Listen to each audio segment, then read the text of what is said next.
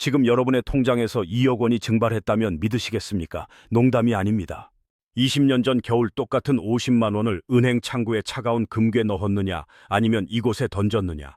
그 선택 하나로 여러분의 인생은 브랜드 아파트 전세금 한 채 금액만큼 벌어졌습니다. 누군가는 그 돈으로 외제차 4대를 굴리는데 당신은 왜 아직도 대출 이자 문자에 가슴이 철렁합니까? 자본주의가 숨겨놓은 이 잔인한 격차의 비밀, 오늘 전부 폭로합니다.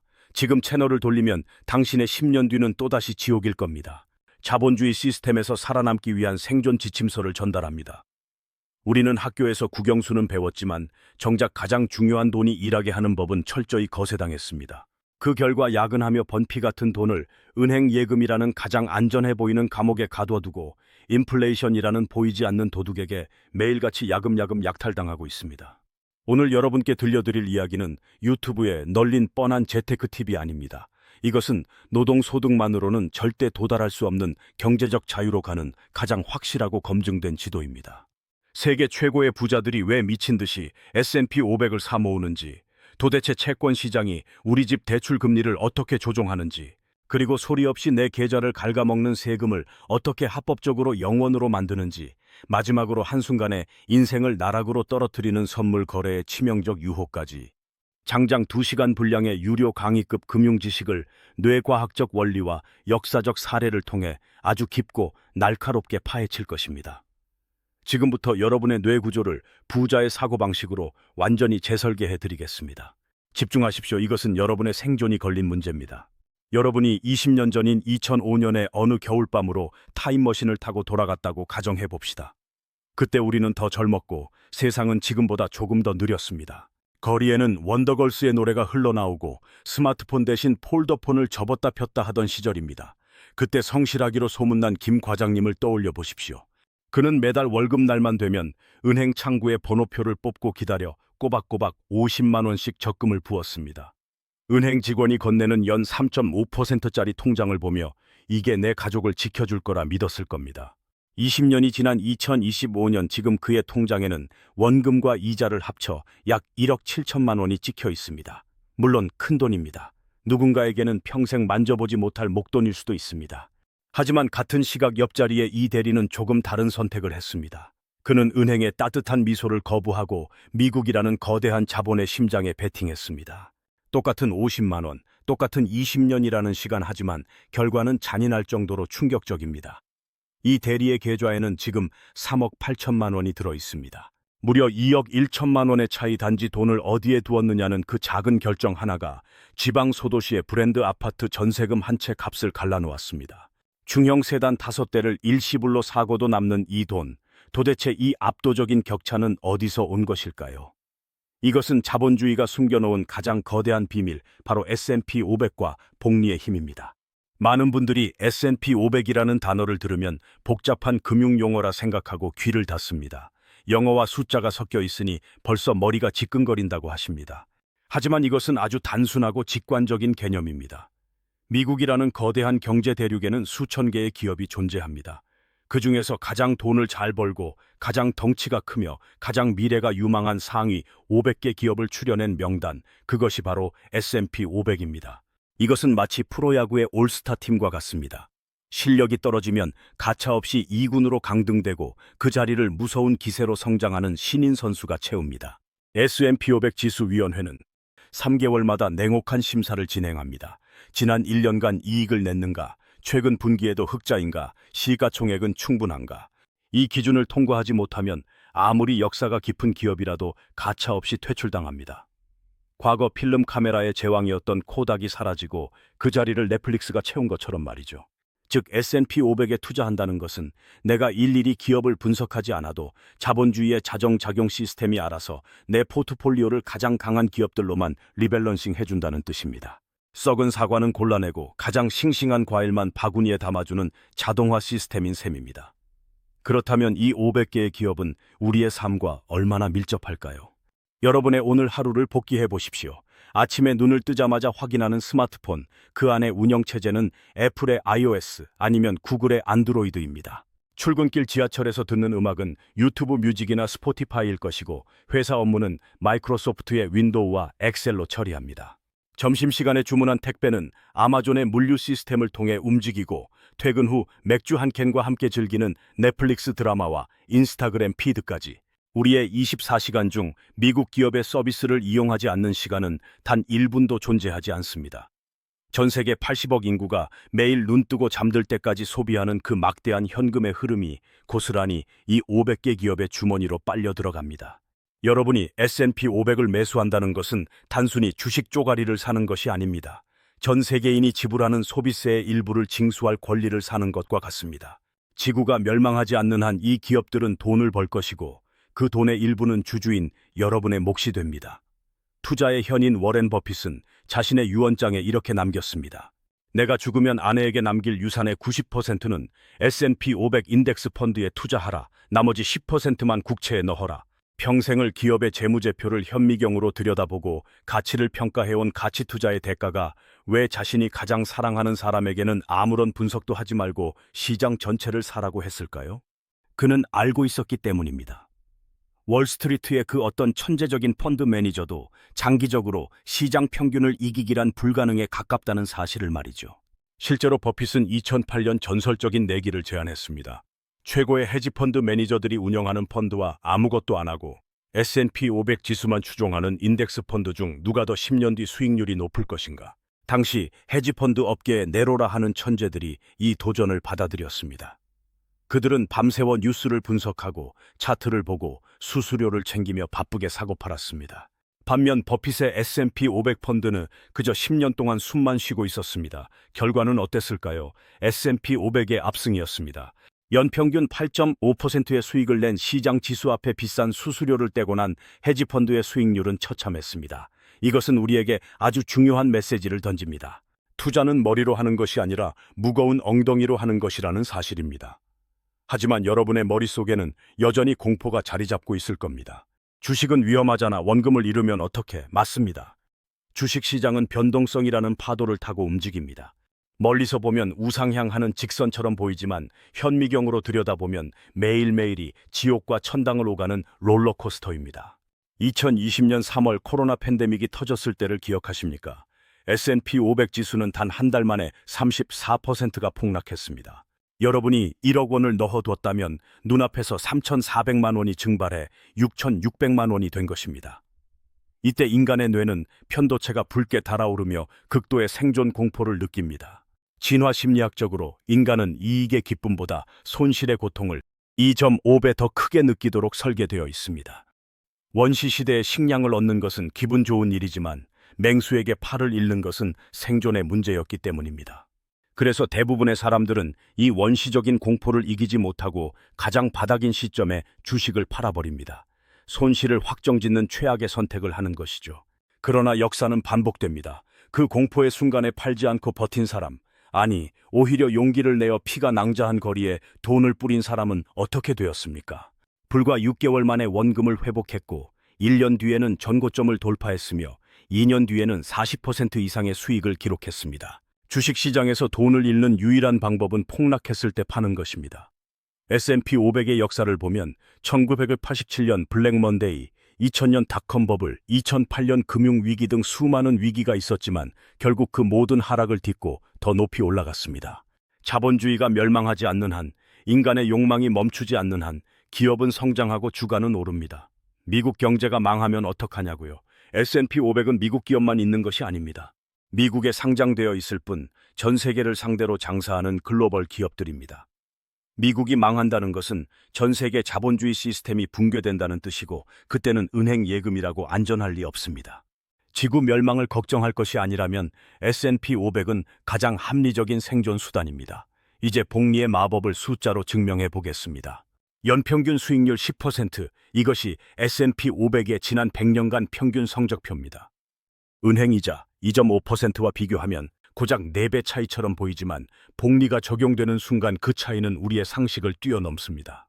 아인슈타인이 세계 8대 불가사의라고 불렀던 복리는 이자에 이자가 붙어 눈덩이처럼 불어나는 원리입니다. 원금 1억 원을 투자했다고 가정해 봅시다.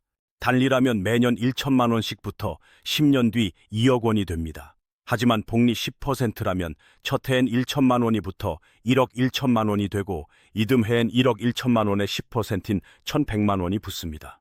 그렇게 10년이 지나면 2억 6천만 원, 20년이 지나면 6억 7천만 원, 30년이 지나면 무려 17억 원이 됩니다. 시간이 지날수록 그래프의 기울기는 수직에 가깝게 치솟습니다. 지금 여러분이 무심코 마시는 커피 한 잔 값 5천 원을 아껴 S&P 500에 넣는다면 30년 뒤 그 5천 원은 8만 7천 원이 되어 돌아옵니다.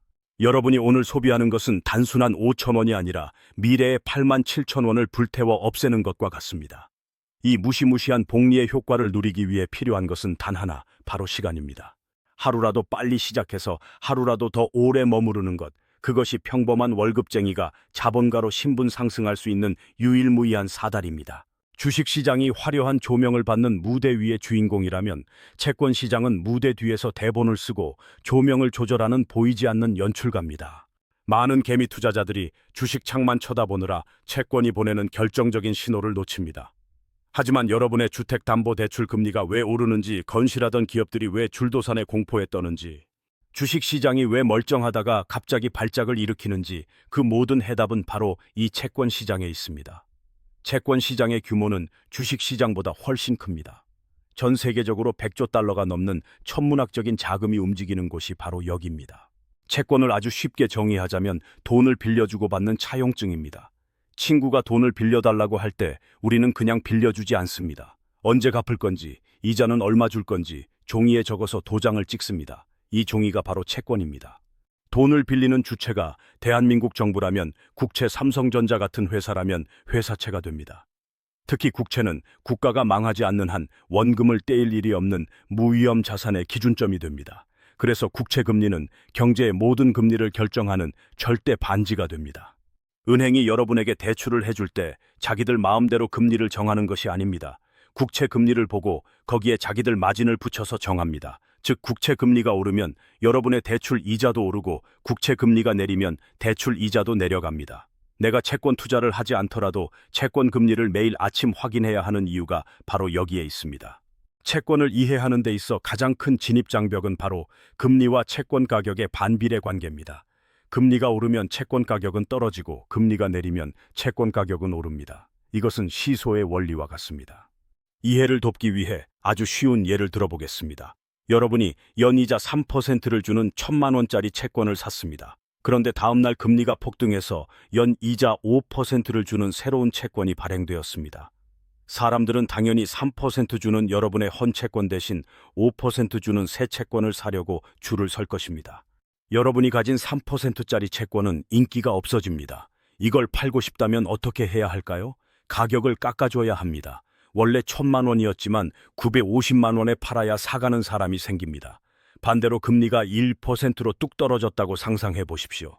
시중에는 1%짜리 채권밖에 없는데 여러분은 3%짜리 채권을 들고 있습니다. 귀하신 몸이 되는 겁니다. 뉴스를 보면 장단기 금리 역전이라는 말이 자주 나옵니다.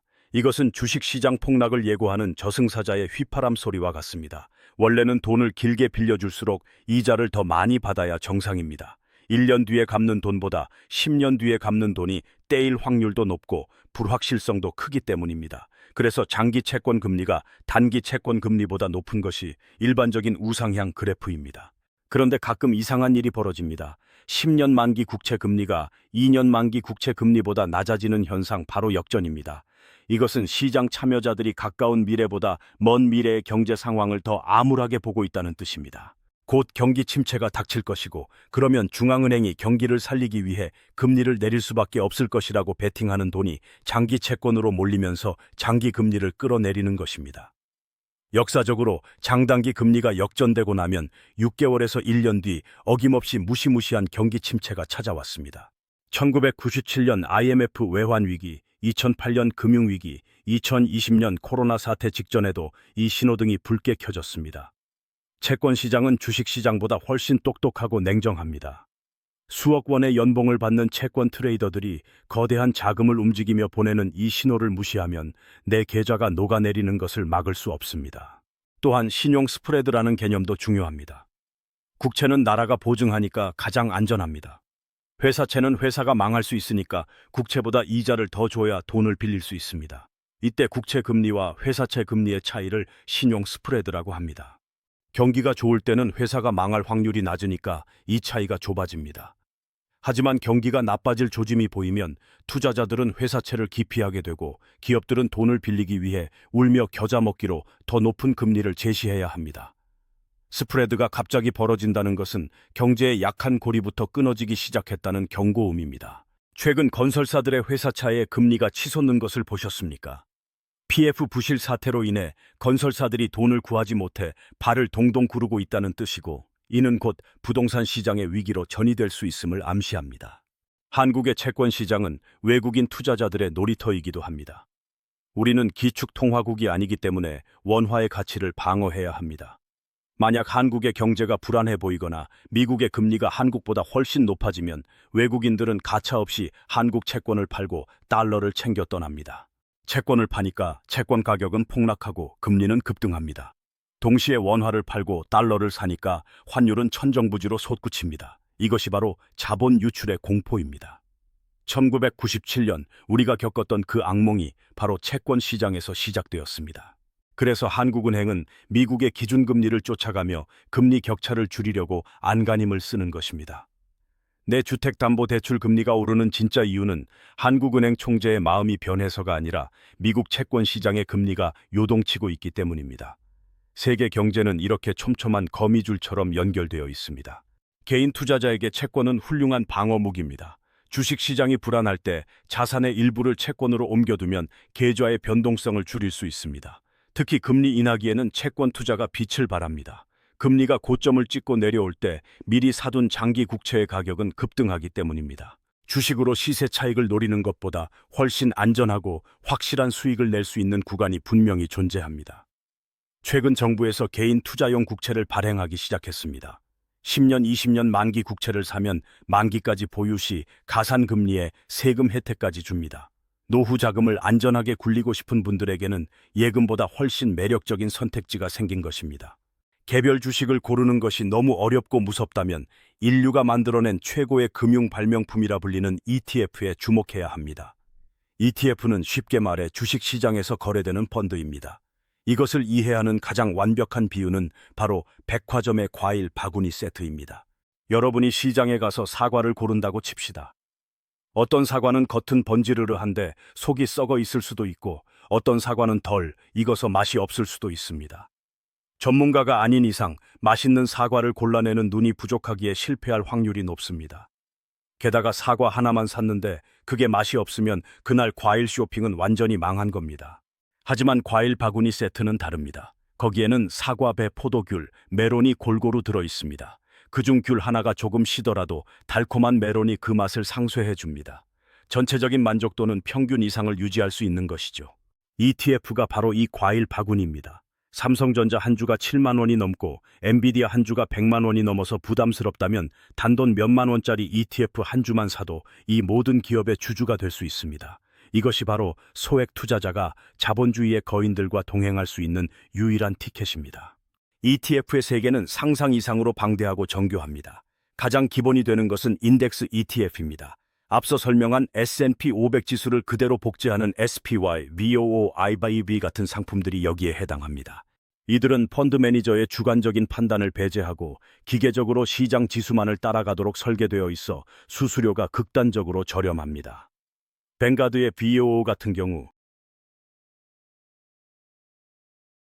1억 원을 맡겨도 1년에 고작 3만 원만 떼어가는 셈입니다. 거의 공짜나 다름없는 비용으로 미국 전체 기업의 성과를 공유하는 것입니다. 조금 더 공격적인 성향이라면 섹터 ETF를 노려볼 수 있습니다. 산업 분야별로 골라 담는 것입니다. 앞으로 인공지능과 기술의 시대가 올 것이라고 확신한다면 기술주만 모아놓은 XLK를 사면 됩니다. 여기에는 애플, 마이크로소프트, 엔비디아 같은 기술 거인들이 꽉 채워져 있습니다.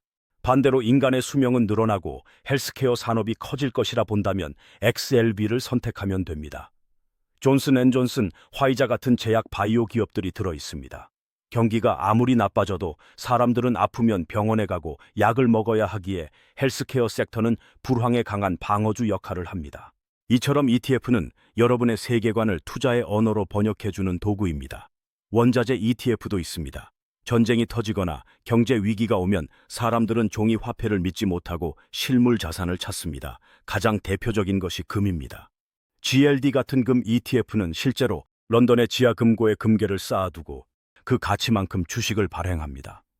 전쟁 뉴스가 터질 때마다 주식 계좌가 파랗게 질리는 것이 두렵다면 포트폴리오의 5%에서 10% 정도를 금 ETF로 채워두는 것이 훌륭한 보험이 됩니다.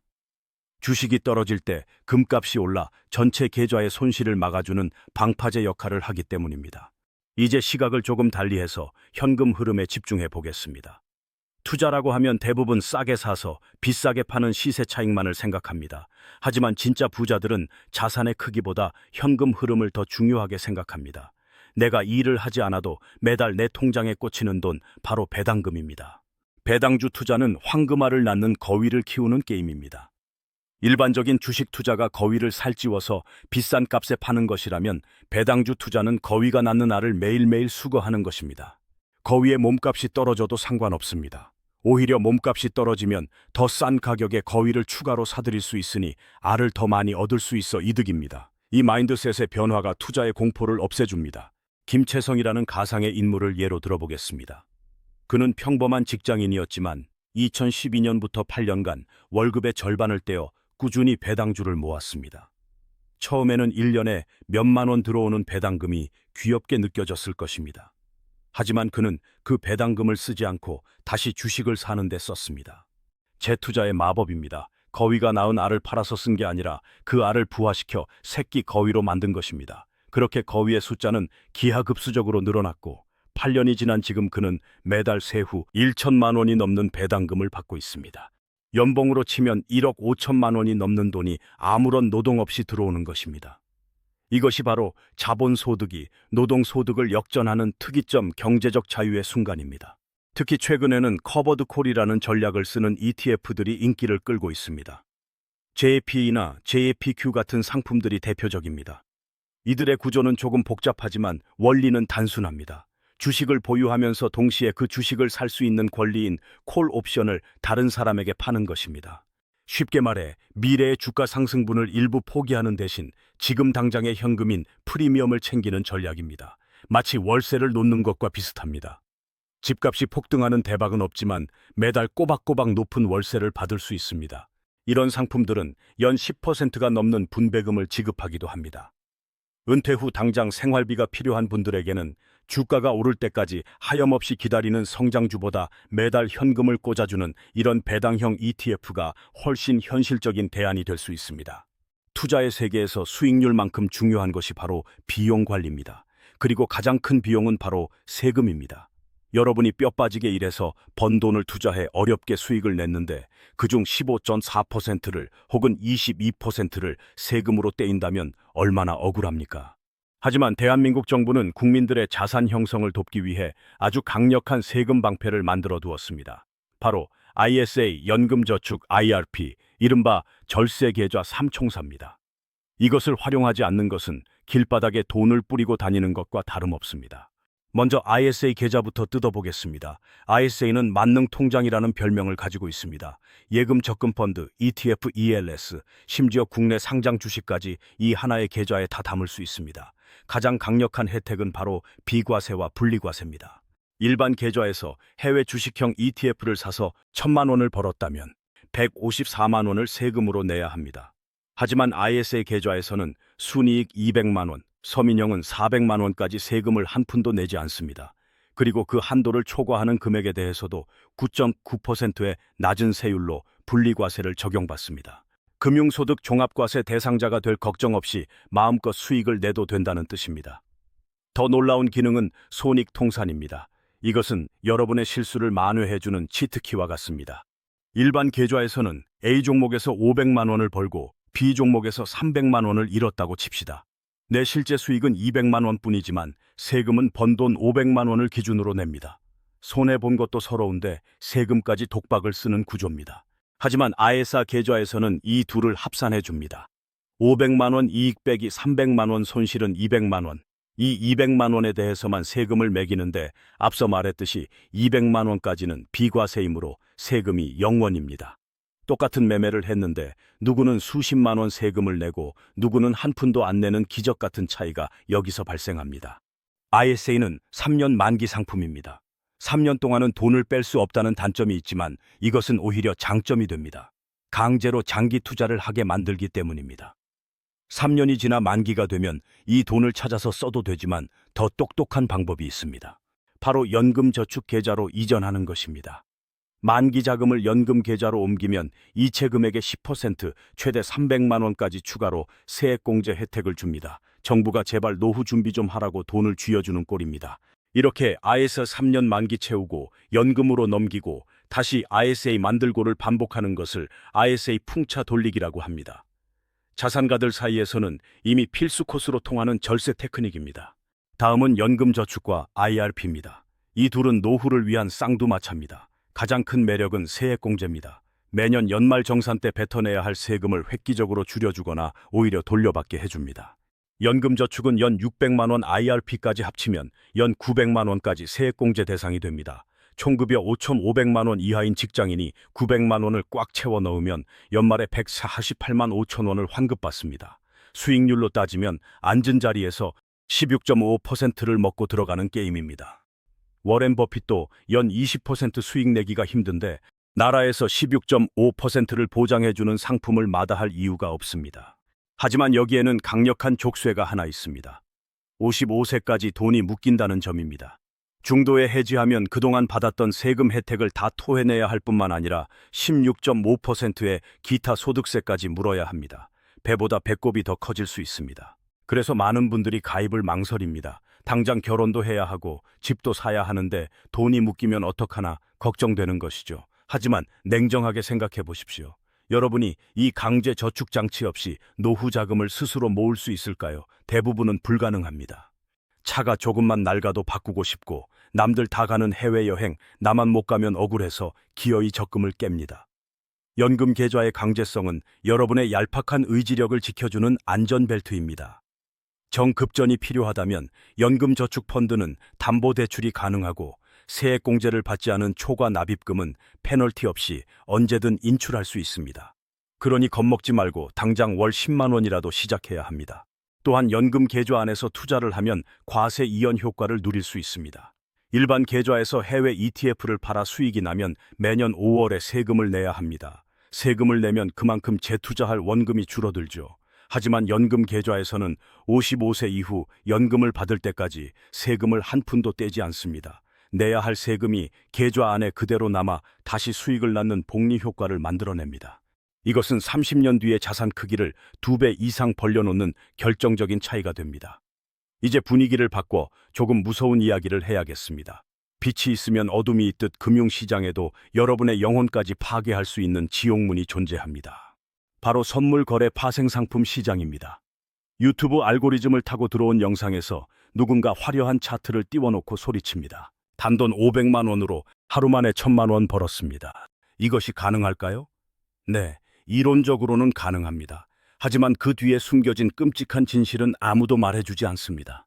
선물거래의 핵심은 레버리지입니다. 지렛대라는 뜻이죠. 작은 힘으로 무거운 물건을 들어 올리듯 적은 돈으로 큰 돈을 굴릴 수 있게 해주는 장치입니다. 보통 주식은 1,000만 원어치를 사려면 1,000만 원이 있어야 합니다. 하지만 선물은 증거금이라는 보증금만 있으면 그 10배, 수십 배 규모의 거래를 할 수 있습니다. 1,000만 원만 있으면 1억 원, 2억 원어치의 금이나 원유를 사고 팔 수 있는 것입니다. 만약 내가 산 방향대로 시세가 5%만 올라도 2억 원의 5%인 1,000만 원을 법니다.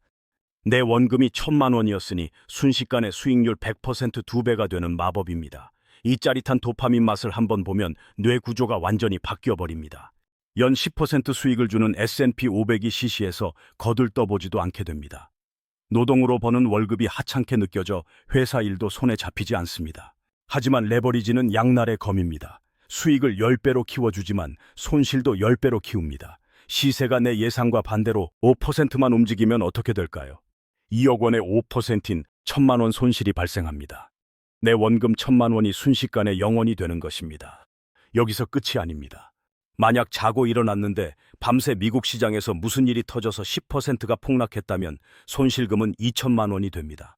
원금 1,000만 원은 증발하고 증권사에 1,000만 원을 더 갚아야 하는 빚쟁이가 되는 것입니다. 주식은 최악의 경우 상장 폐지가 되어도 원금만 날리면 끝입니다. 영원히 바닥이죠. 하지만 선물은 바닥 밑에 지하실이 있고 그 밑에 멘틀과 내해까지 뚫고 들어갑니다.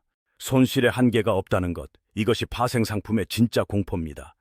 2020년 4월 국제 유가 마이너스 사태를 기억하십니까? 코로나로 전 세계가 멈추자 기름이 남아돌아 저장할 곳이 없었습니다. 돈을 줄 테니 제발 기름 좀 가져가라는 황당한 상황이 벌어집니다. 유가 선물이 마이너스 37달러까지 추락했습니다. 기름값이 0원이 될 수는 있어도 마이너스가 될 거라고는 상상도 못했던 개인 투자자들은 그날 밤 생지옥을 보았습니다. 어떤 이는 신혼집 전세금을 날렸고 어떤 이는 결혼을 앞두고 파혼을 당했습니다. 증권사에서 마진콜 전화가 빗발쳤습니다. 마진콜이란 증거금이 부족하니 당장 돈을 더 채워 넣으라는 독촉입니다. 돈을 넣지 못하면 증권사는 강제로 여러분의 계좌를 반대 매매, 즉 시장가로 청산해버립니다. 가장 싼 가격에 강제로 팔려나가며 손실이 확정되는 순간의 비참함은 겪어보지 않은 사람은 모릅니다. 더 무서운 것은 초심자의 행운입니다. 처음 선물 거래를 시작한 사람이 운 좋게 돈을 벌면 그것은 축복이 아니라 저주입니다. 자신에게 특별한 재능이 있다고 착각하게 만들기 때문입니다.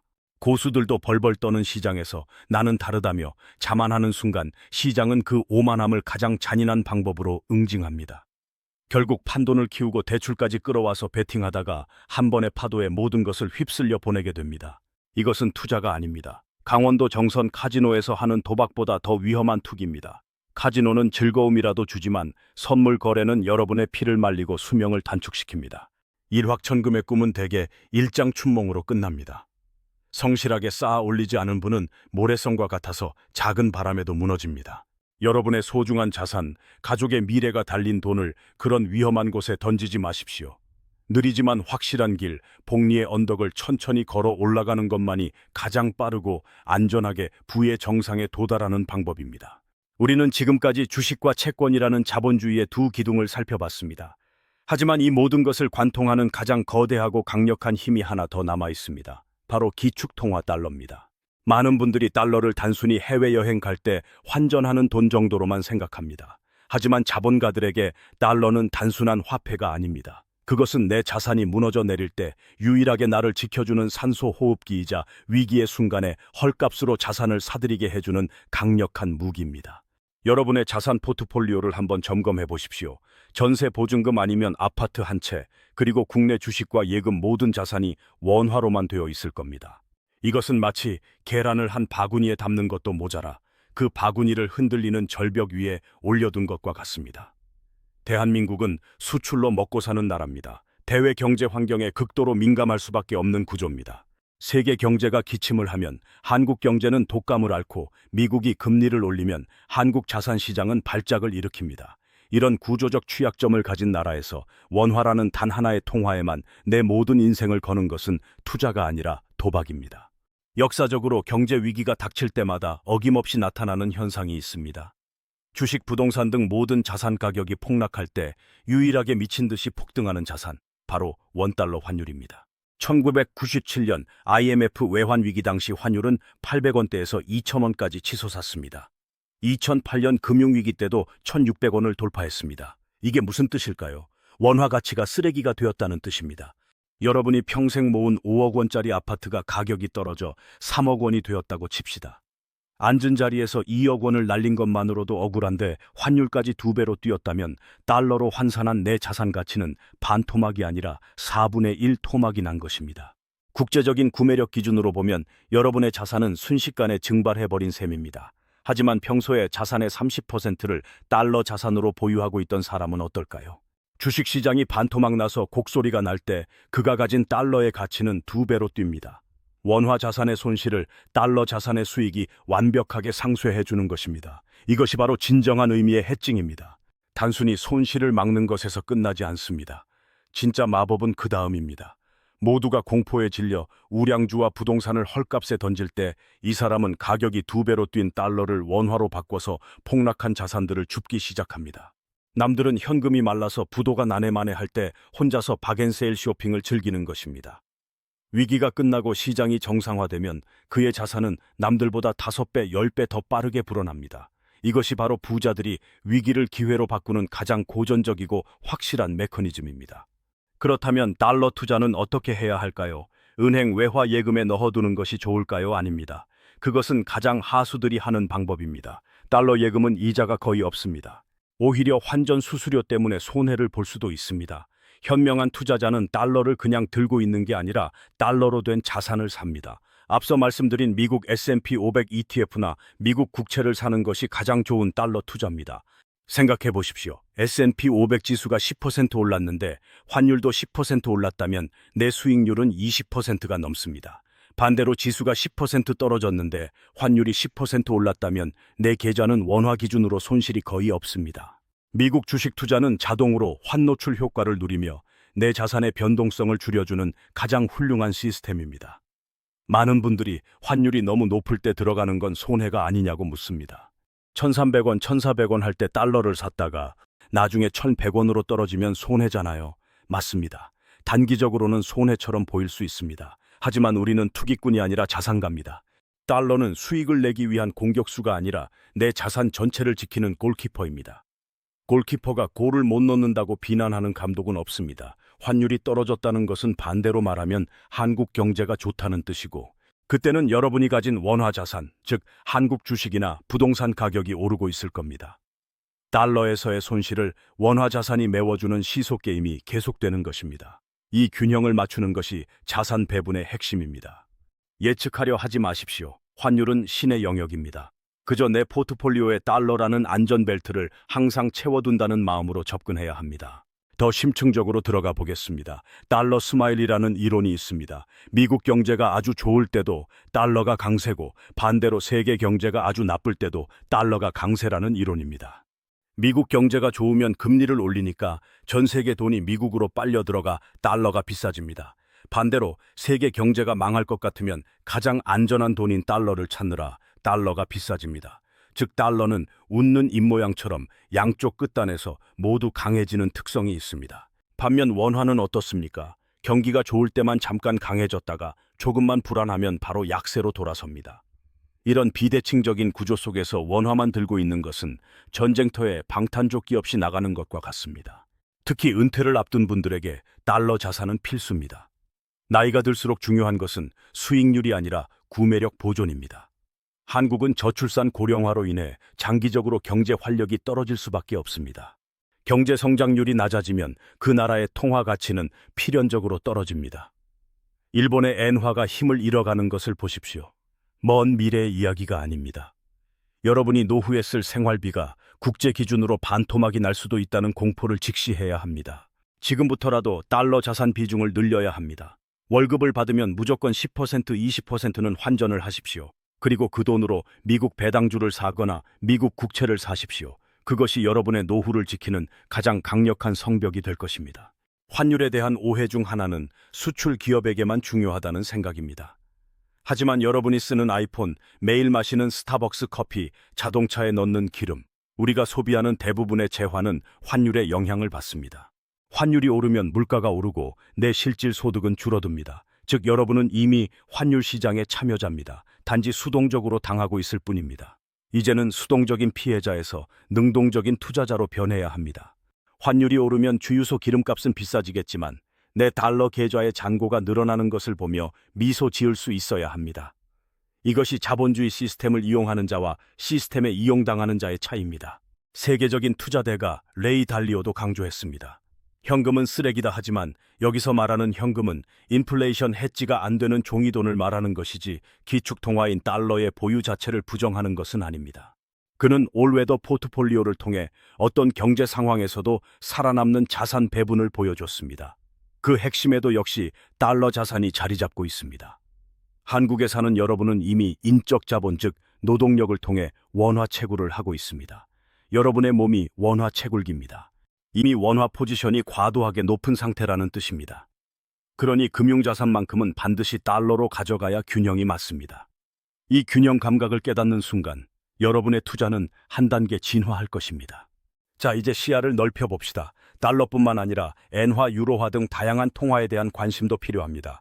하지만 초보자에게는 달러 하나만으로도 충분합니다. 복잡하게 생각할 필요 없습니다. 미국이라는 나라가 망하지 않는 한 달러는 왕입니다. 그리고 미국이 망할 정도면 원화는 이미 휴지 조각이 되어 있을 겁니다. 그러니 마음 편하게 달러를 사십시오. 환전 수수료 우대율 90%, 95% 이런 것에 목숨 걸지 마십시오. 환율이 10원, 20원 움직이는 것에 일희일비하지 마십시오. 중요한 것은 방향성과 보유량입니다. 꾸준히 모아가는 적립식 달러 투자는 절대 배신하지 않습니다. 마지막으로 환테크라는 말에 현혹되지 마십시오. 환차익으로 돈을 벌겠다는 생각은 위험합니다. 환율은 주식보다 더 예측하기 어려운 변수입니다. 전문가들도 매번 틀리는 것이 환율 전망입니다. 환테크가 아니라 자산 배분 차원에서의 달러 보유여야 합니다. 목적이 투기가 아니라 보험이어야 한다는 뜻입니다. 보험을 들 때 보험금을 타먹으려고 사고가 나기를 기도하는 사람은 없습니다. 하지만 사고가 났을 때 보험금이 나오면 큰 위안이 됩니다. 달러 투자가 바로 그런 것입니다. 평소에는 든든한 버팀목이 되어주고 위기가 오면 구명조끼가 되어주는 존재. 지금 당장 여러분의 포트폴리오에 이 구명조끼가 있는지 확인해 보십시오. 없다면 오늘 당장 만드셔야 합니다. 가장 빠른 때는 바로 지금입니다. 대한민국에서 투자를 논할 때 절대 빠질 수 없는 거대한 종교가 하나 있습니다. 바로 부동산 불패 신화입니다. 서울 아파트는 오늘이 가장 싸다, 내 집 마련은 영혼을 끌어모아서라도 해야 한다. 이 믿음은 지난 수십 년간 대한민국을 지배해온 절대 진리였습니다. 실제로 우리 부모님 세대는 월급을 아껴 아파트 한 채를 장만했고 그 아파트 값이 폭등하면서 중산층 대열에 합류할 수 있었습니다. 그 성공 방정식이 우리의 뇌리에 너무나 깊이 박혀 있습니다. 하지만 냉정하게 질문을 던져봅시다. 과연 앞으로의 20년도 그럴까요? 우리는 지금 단군 일의 가장 심각한 인구 절벽 앞에 서 있습니다. 한 해 태어나는 신생아 수가 20만 명대로 추락했습니다. 학교가 문을 닫고 지방대학이 소멸하고 있습니다. 지금 여러분이 수십억 원을 주고 산 그 아파트를 20년 뒤, 30년 뒤에 더 비싼 가격으로 받아줄 다음 타자가 사라지고 있다는 뜻입니다. 수요와 공급이라는 경제학의 기본 원칙 앞에서 불패 신화라는 단어는 어쩌면 희망 고문일지도 모릅니다. 일본의 사례를 타산지석으로 삼아야 합니다. 1990년대 일본 도쿄의 집값은 미국 전체를 살 수 있을 정도로 비쌌습니다. 하지만 버블이 터지고 고령화가 시작되면서 빈집이 속출하고 집값이 반토막 나는데 수십 년이 걸렸습니다. 물론 서울의 핵심 입지는 다를 수 있습니다. 강남 불패는 여전할 수도 있습니다. 하지만 문제는 양극화입니다. 모두가 강남 아파트를 살 수는 없습니다. 대부분의 서민이 영끌해서 사는 서울 외곽이나 경기도 지방의 아파트들은 인구 감소의 직격탄을 피하기 어렵습니다. 자산의 80%, 90%를 아파트라는 콘크리트 덩어리에 몰빵하는 것은 이제 너무나 위험한 도박이 되었습니다. 부동산의 가장 큰 치명타는 환금성입니다. 주식은 내가 돈이 필요하면 스마트폰 클릭 한 번으로 1초 만에 현금화할 수 있습니다. 하지만 아파트는 어떻습니까? 부동산 경기가 얼어붙으면 몇 달 아니 몇 년이 지나도 팔리지 않습니다. 급하게 팔려면 시세보다 수억 원을 깎아줘야 합니다. 세금은 또 얼마나 무겁습니까? 취득세, 재산세, 종부세, 양도세, 집을 사고 보유하고 파는 모든 과정에서 국가는 세금을 떼어갑니다. 집값은 떨어졌는데 세금은 더 내야 하는 아이러니한 상황이 발생하기도 합니다. 자산은 유동성이 생명입니다. 내가 원할 때 쓸 수 없는 돈은 사이버머니나 다름없습니다. 그렇다면 부동산 투자는 하지 말아야 할까요? 아닙니다. 방식이 바뀌어야 합니다. 진짜 자본가들은 건물을 직접 사서 세입자와 실랑이하고 누수공사를 하러 다니지 않습니다. 그들은 리츠, REITC를 통해 부동산을 소유합니다. 리츠는 다수의 투자자로부터 자금을 모아 부동산에 투자하고 임대료 수익을 배당으로 나눠주는 주식입니다. 커피 한 잔 값으로 강남의 프라임 오피스 빌딩 지분을 살 수 있고 미국 월스트리트의 데이터 센터 주인이 될 수 있습니다. 리츠의 장점은 명확합니다. 첫째, 소액으로 투자가 가능합니다. 수십억 원이 없어도 세계 최고의 부동산에 투자할 수 있습니다. 둘째, 유동성이 뛰어납니다. 주식시장에 상장되어 있어 언제든지 사고 팔 수 있습니다. 셋째, 관리가 필요 없습니다. 전문 운용사가 알아서 건물을 관리하고 임대차 계약을 맺고 월세를 받아줍니다. 우리는 그저 분기마다 들어오는 배당금 문자만 확인하면 됩니다. 넷째, 배당 수익률이 높습니다. 리츠는 법적으로 수익의 90% 이상을 주주에게 배당해야 법인세 혜택을 받습니다. 그래서 보통 연 4%에서 6% 이상의 안정적인 배당 수익을 줍니다. 시세 차익만 노리는 아파트 투자보다 현금 흐름 측면에서 훨씬 우수합니다. 미국의 리얼티 인컴이라는 리츠를 예로 들어보겠습니다. 이 회사는 미국 전역에 편의점, 마트, 약국 등 13,000개가 넘는 부동산을 가지고 있습니다. 세븐일레븐, 월마트 같은 우량 기업들이 월세를 내고 장사합니다. 이 회사는 지난 50년 넘게 배당금을 지급했고 25년 이상 배당금을 매년 늘려왔습니다. 심지어 월급처럼 매달 배당을 줍니다. 여러분이 잠을 자는 동안에도 미국 전역의 점포에서 월세가 걷히고 그 돈이 매달 내 통장에 꽂히는 시스템.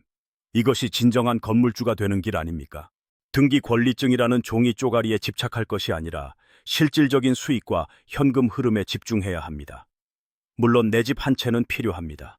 주거의 안정성은 투자 수익률로 환산할 수 없는 삶의 필수 요소이기 때문입니다. 하지만 똘똘한 한 채라는 명목에 감당할 수 없는 빚을 지고 인생을 저당 잡히지는 마십시오. 집은 사는 것이 아니라 사는 곳이어야 합니다.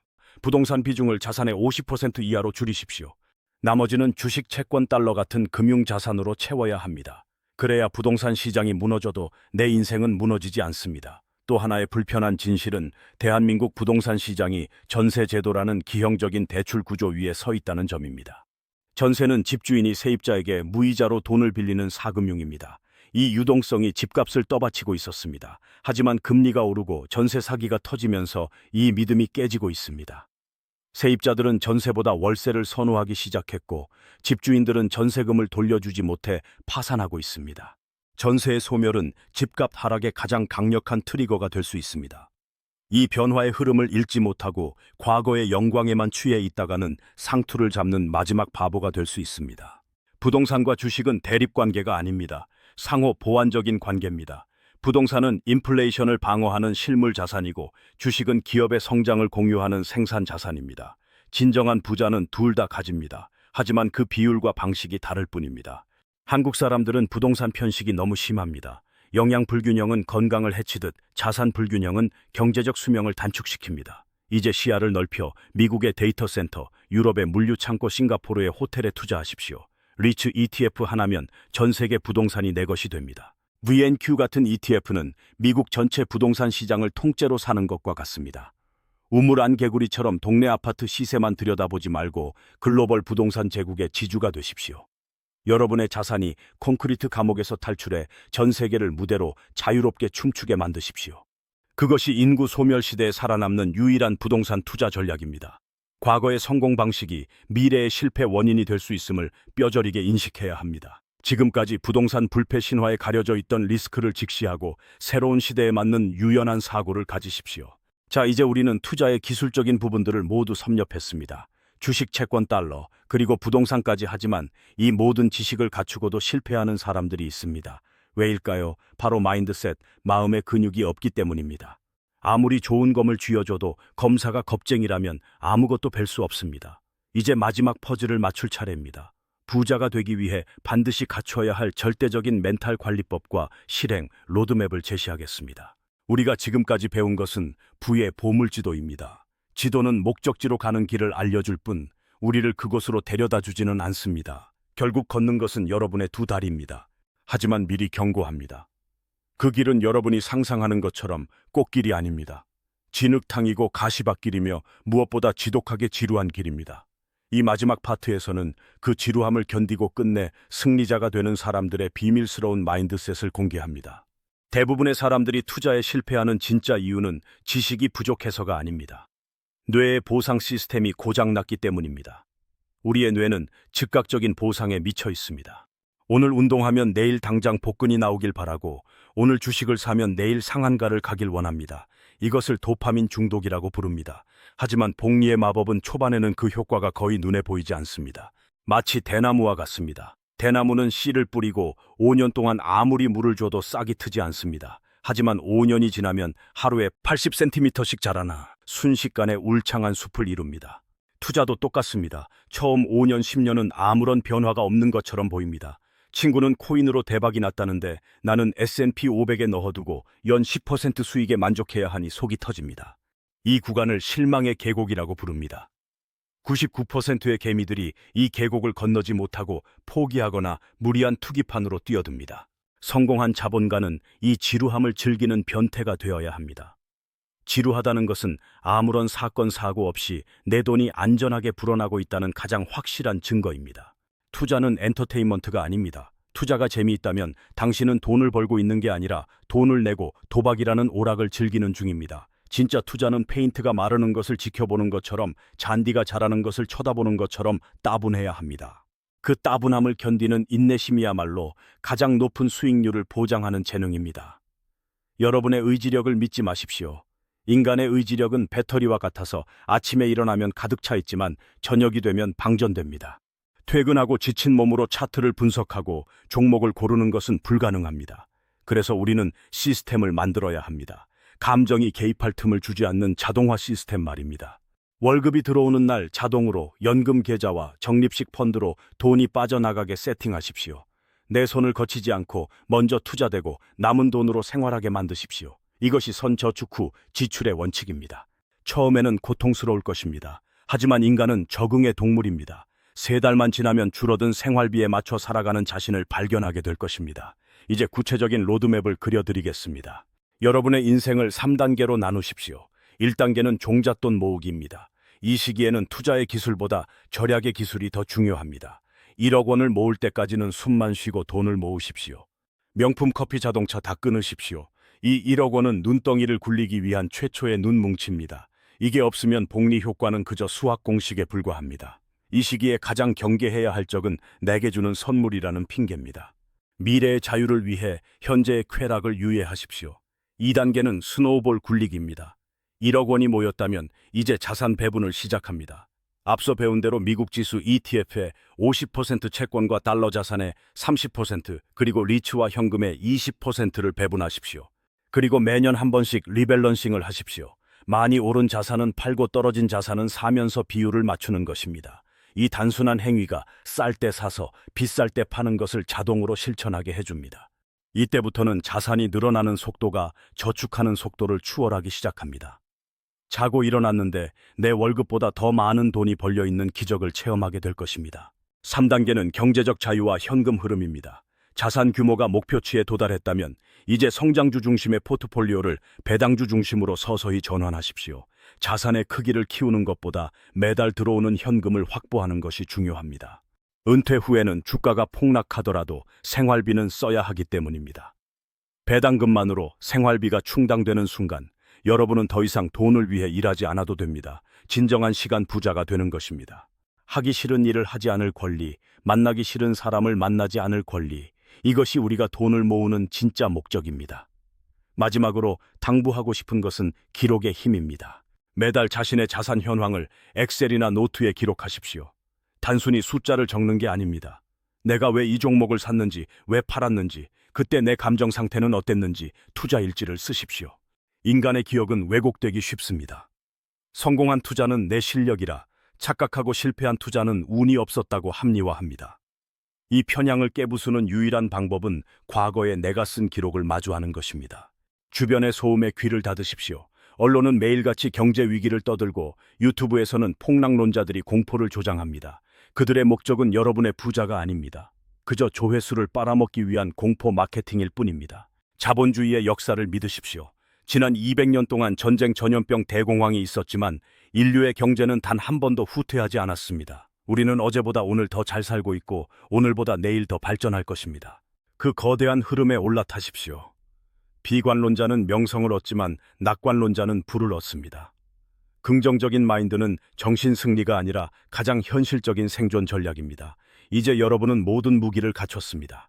S&P 500이라는 엔진 채권과 달러라는 브레이크와 에어백 절세 계좌라는 갑옷, 그리고 흔들리지 않는 멘탈이라는 핸들까지 이제 시동을 걸고 출발하기만 하면 됩니다. 속도는 중요하지 않습니다. 방향만 맞다면 언젠가는 반드시 목적지에 도착합니다. 거북이처럼 느리게 가는 것을 부끄러워하지 마십시오. 가장 부끄러워해야 할 것은 아무것도 하지 않고 제자리에 멈춰 서 있는 것입니다.